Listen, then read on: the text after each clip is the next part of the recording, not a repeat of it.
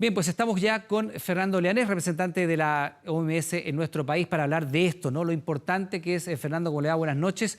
La distancia social y lo que vemos, a mantener esta distancia, cómo ayuda a reducir la cantidad de contagios. ¿Cómo está, Fernando? Buenas noches. ¿Qué tal, Iván? ¿Cómo estás? Qué gusto.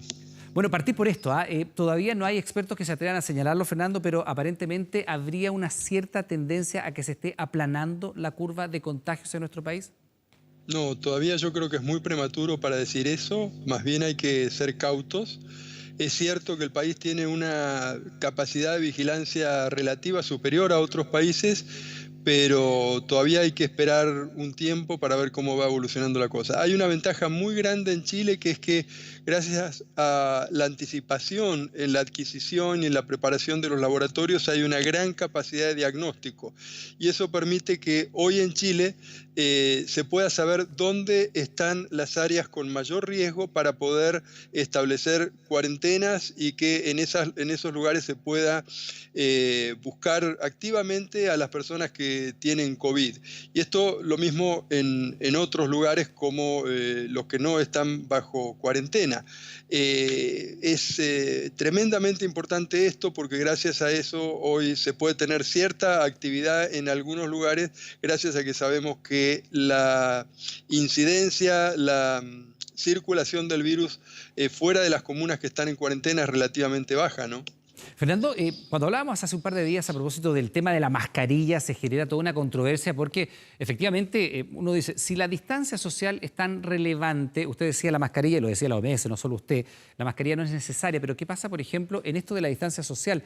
No la puedo mantener siempre, por ejemplo, en el transporte público, ¿no? En las micros, en el metro eventualmente, o en algunas situaciones que se han producido últimamente, como en tratar de sacar el permiso de circulación el día después de que ha vencido el plazo. En ese caso, la distancia social es fundamental. Y allí, cuando no se puede mantener esta distancia social, Fernando, ¿sigue siendo no recomendable utilizar la mascarilla? Mucha gente nos lo pregunta y nos dice, pero ¿cómo si por la saliva, por las gotitas de saliva se expele el virus, eventualmente yo estoy menos de 1,5 metros de distancia de la otra persona, la mascarilla no sería una suerte de protección no natural, pero una protección extra que me impediría que esa gotita de saliva llegara a mí?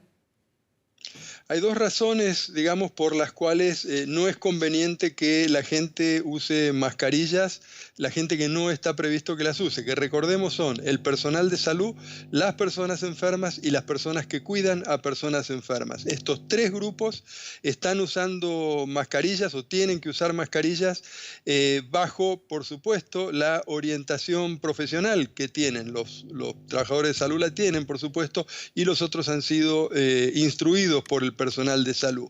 Entonces, la primera razón por la cual no cualquiera tiene que usar mascarilla es porque no todos la saben usar y entonces la mascarilla, en vez de ser vamos a decir, una medida de mitigación, es una medida de incremento del riesgo.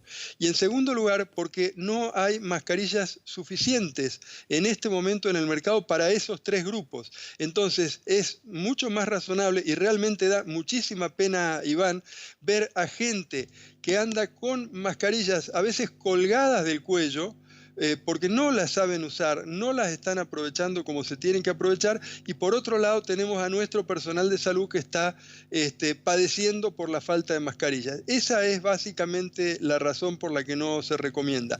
La mascarilla, tenés que lavarte muy bien las manos para ponértela. Cuando te la pones no te la tenés que tocar, porque si la tocas y la mascarilla está contaminada, después te vas a llevar el virus a la boca, a tus vías respiratorias. Y lo mismo, si la manipulás mal, vas a contaminarla. Y esto es lo que estamos viendo en la calle permanentemente. O sea, no es una cuestión es una cuestión de priorizar el recurso y es una cuestión de usarlo bajo la supervisión profesional que se tiene que usar. Ahora, Fernando, volviendo al tema del aislamiento social, hay muchas personas que nos dicen la dificultad enorme, por ejemplo, sobre todo en viviendas pequeñas y que pueden tener 4 o más habitantes en la misma casa, a veces más de una familia viviendo en una vivienda pequeña. Es muy difícil el aislamiento social.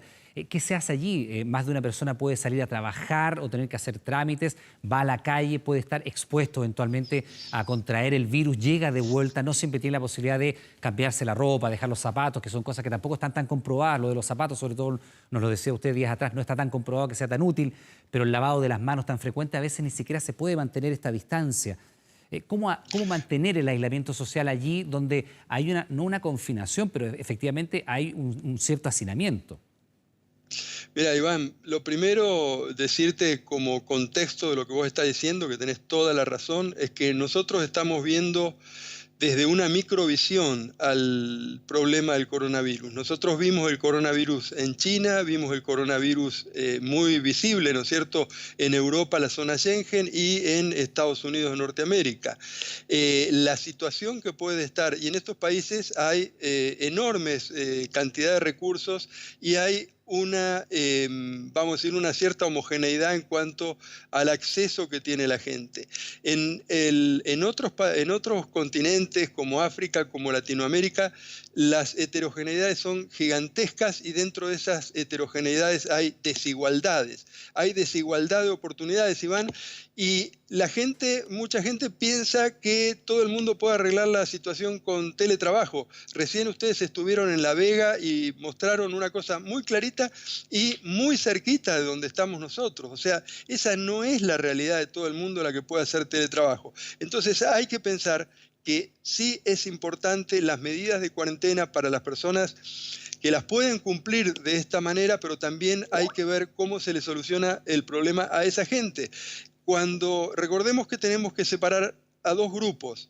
Por un lado, a las personas de mayor edad y que tienen condiciones previas, como explicaba el rector de la Universidad Católica al principio, que son los que más riesgo de tener un caso grave van a tener. Y por otro lado, a las personas contagiadas y a sus contactos.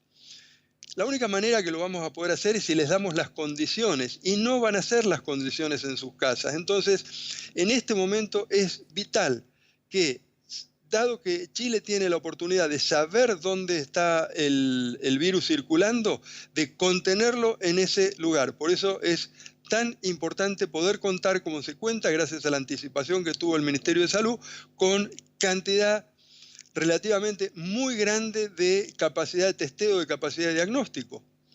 Que eso es lo que puede hacer una gran diferencia, por supuesto, y evidentemente no hay que idealizar esta situación, y muy bien lo dice Fernando Leanés, del quédate en casa o teletrabajar, que es una realidad para algunos sectores de la población, más no necesariamente para la gran mayoría. Fernando Leanés, representante de la OMS en nuestro país, como siempre, muchas gracias por estar junto a nosotros. Gracias, Iván. Hasta luego. Que esté muy bien.